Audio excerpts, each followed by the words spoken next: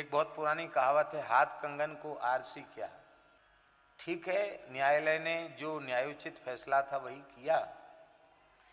प्रत्यक्ष प्रमाण जो त्रिशूल, डमरू, शिवलिंग, देवी देवताओं की मूर्तियां, ये तो प्रत्यक्ष प्रमाण है ही। सबसे बड़ा प्रमाण है विश्वनाथ मंदिर का प्राचीन नंदी, ज्ञानवापी में स्थित नंदी आज भी उसी दिशा की ओर मुंह करके विराजमान है।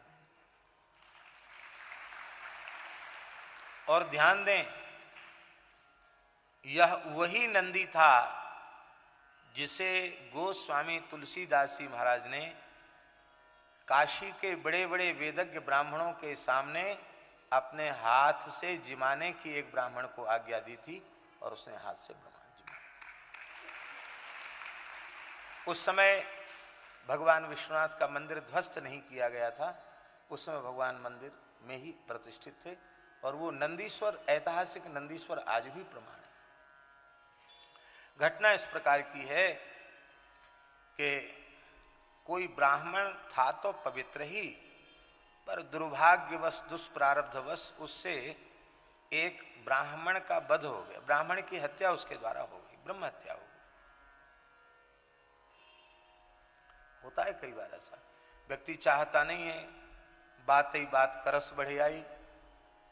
अब कोई बहुत दुबला पतला व्यक्ति हो और मजबूत के साथ टकरा जाए और क्रोध बढ़ जाए और एक ही तमाचा में जैसी आराम हो जाए, तो मारने वाला तो ये थोड़ी सोच के मारता कि एक ही में राम राम हो जाएगा। वो मर गया तो मर गया, वो मर गया, ब्रह्म हत्या लग गई। तो प्रायश्चित बताया गया कि तुम सारे धरती के तीर्थों में विचरण करो, राम राम मैं हत्यारा हूं, राम राम मैं ब्रह्म हत्यारा हूं कह करके सब जगह आवाज लगाओ। और जहां वह ब्राह्मण राम राम मैं ब्रह्म हत्यारा हूं कहता, वहां लोग, सड़क खाली हो जाती, रोड खाली हो जाता। ब्रह्म हत्यारे का मुंह कौन देखे। भटकता हुआ बेचारा ब्राह्मण काशी में आया। गोस्वामी जी 80 घाट पर बैठकर राम नाम का जप कर रहे थे।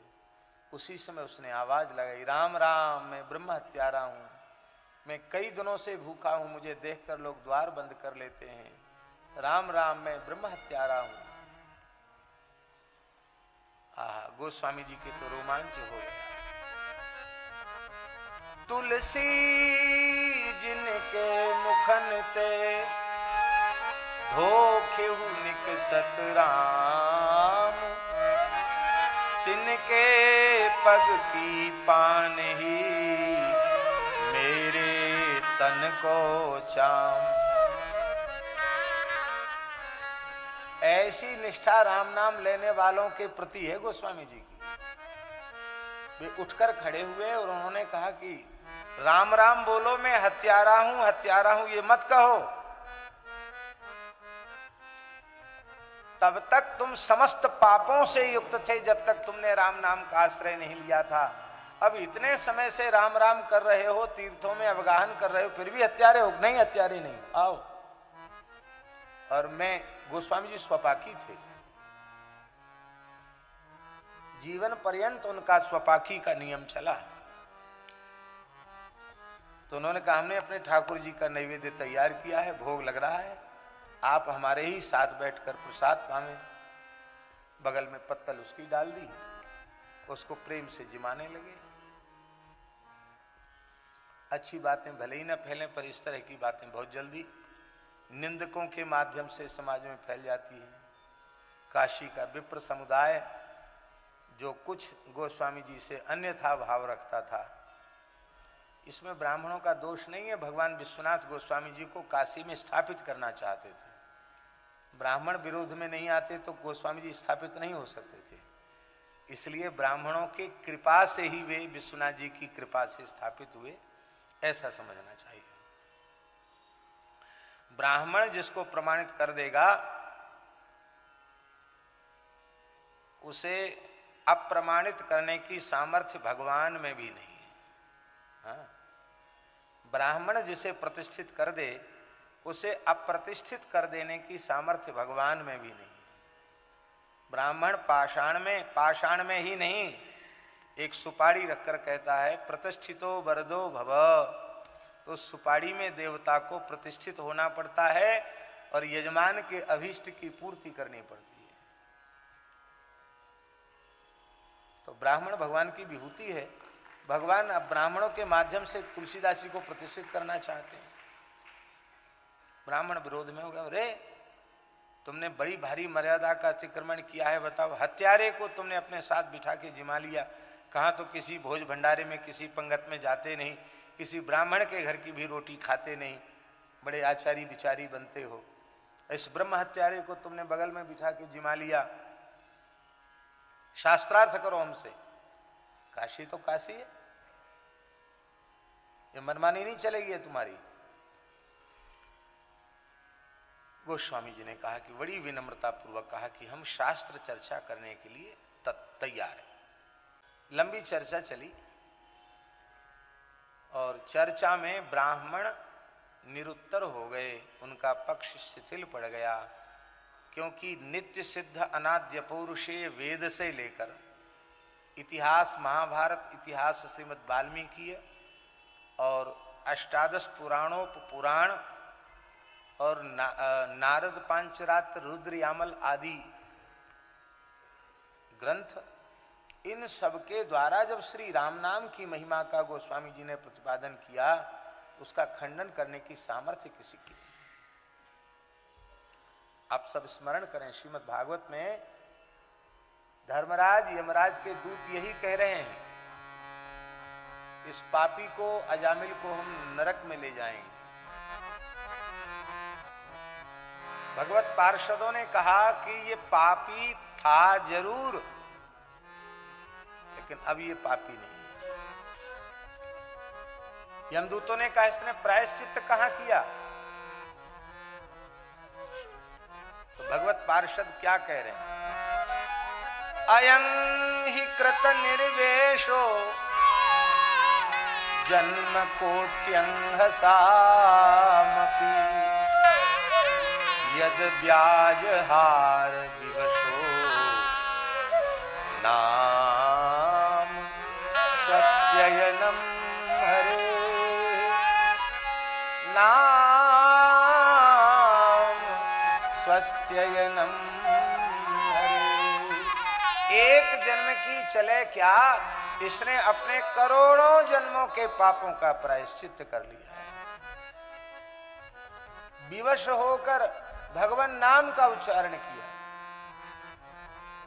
यमदूतों ने कहा कि भगवान नाम का उच्चारण किया होता तो जरूर निष्पाप हो गया होता, इसने तो पुत्र को पुकारा।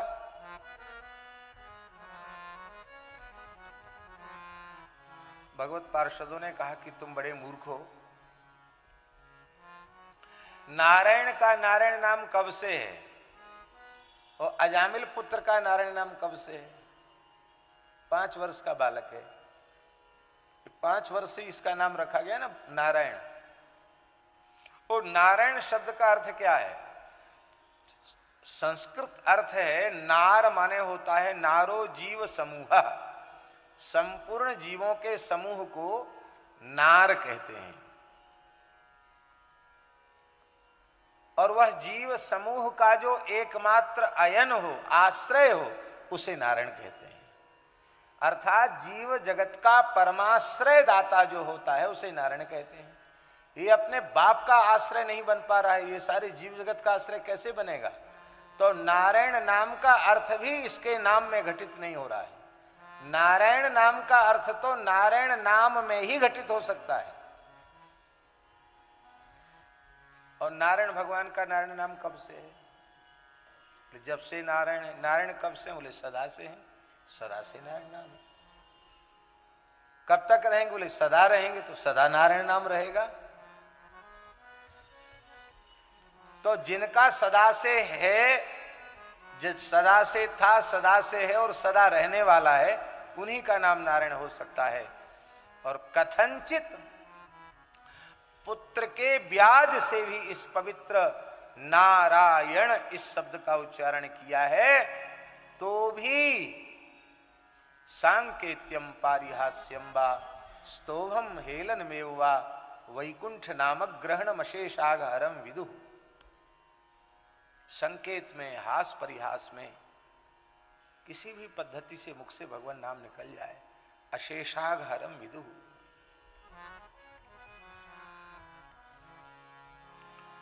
ये तो केवल एक संकेत किया है, ऐसे असंख्य उद्धरण हैं। जब उन ब्राह्मणों की नहीं चली, उन्होंने कहा हम ऐसे नहीं मानते हैं। तो कैसे मानते हो? बोले ये तो लोग राम राम करने में लग जाएं, इसके लिए थोड़ा बढ़ा चढ़ा के कहते, अरे राम राम ऐसा सुनना कहना बहुत बड़ा पाप है। 10 प्रकार के नामापराधों में नाम में अर्थवाद की कल्पना करना भयंकर नामापराध है। वो नाम जपने से भी नष्ट नहीं होता है। आप लोग क्या बोल रहे हो? अरे जिन भूत भावन विश्वनाथ की नगरी में आप सब निवास करते हो, जन्मे हो, ये विश्वनाथ जी क्या कहते हैं?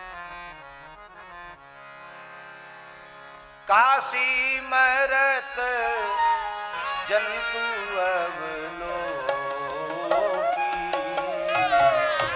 जासु नाम बल करऊं विशोकी, जासु नाम बल करऊं विशोकी।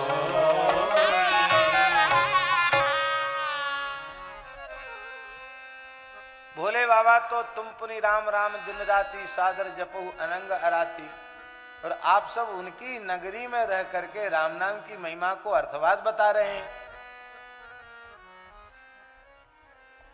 अच्छा एक बात बताओ, आप सबको हम प्रणाम करते हैं, आप सब भगवान विश्वनाथ के ही स्वरूप हैं। तुलसीदास जी ने कहा आप मानोगे कैसे कि ये ब्राह्मण शुद्ध हो गया? बोले हम तब मानेंगे जो ये ब्राह्मण अपने हाथ से रसोई बनाए और विश्वनाथ मंदिर में चल के उनके नंदीश्वर को खिलाए। वो सोचते थे पत्थर का ना दिया कहीं भोजन करेगा।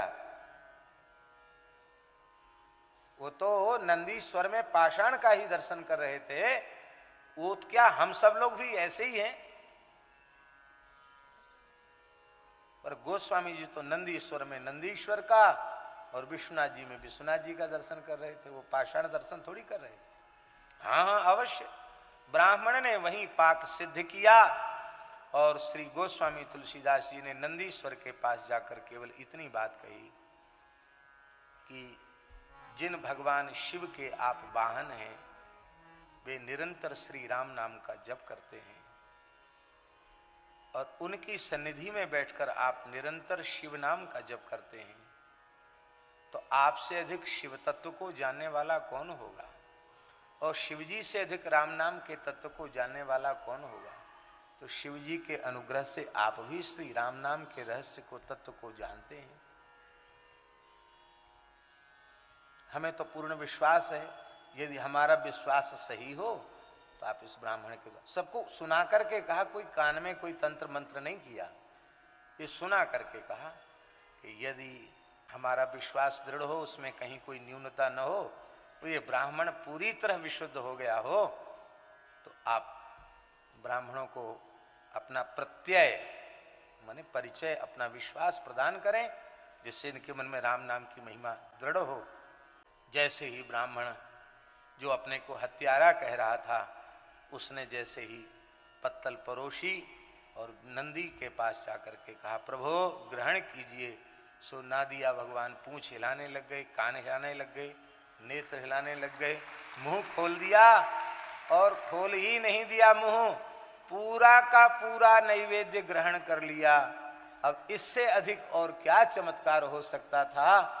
इसलिए सब के सब उनके चरणों में नतमस्तक हो गए। और यह वही नंदीश्वर है जिसको भग्न करने के लिए उन म्लेच्छों ने, अन्यायी अत्याचारियों ने अस्त्र शस्त्र उठाए थे और उस विग्रह पर प्रहार किया था स्वामी जी, और उससे रक्त के फव्वारे निकल पड़े थे। जो अभी आप तो गए काशी, लेकिन वहां जाकर आप देखना, वो नंदीश्वर में धारदार तलवार हथियारों के चिन्ह बने हुए जिनसे रक्त बहा था। तब वे घबरा करके भाग गए थे, मूर्छित हो गए थे और भाग गए थे वहां से, इसलिए वो नंदीश्वर वहां बच गए। और उन नंदी भगवान की प्रतीक्षा अब भगवत संकल्प से, भगवत कृपा से, विश्वनाथ जी की कृपा से पूरी हो रही है।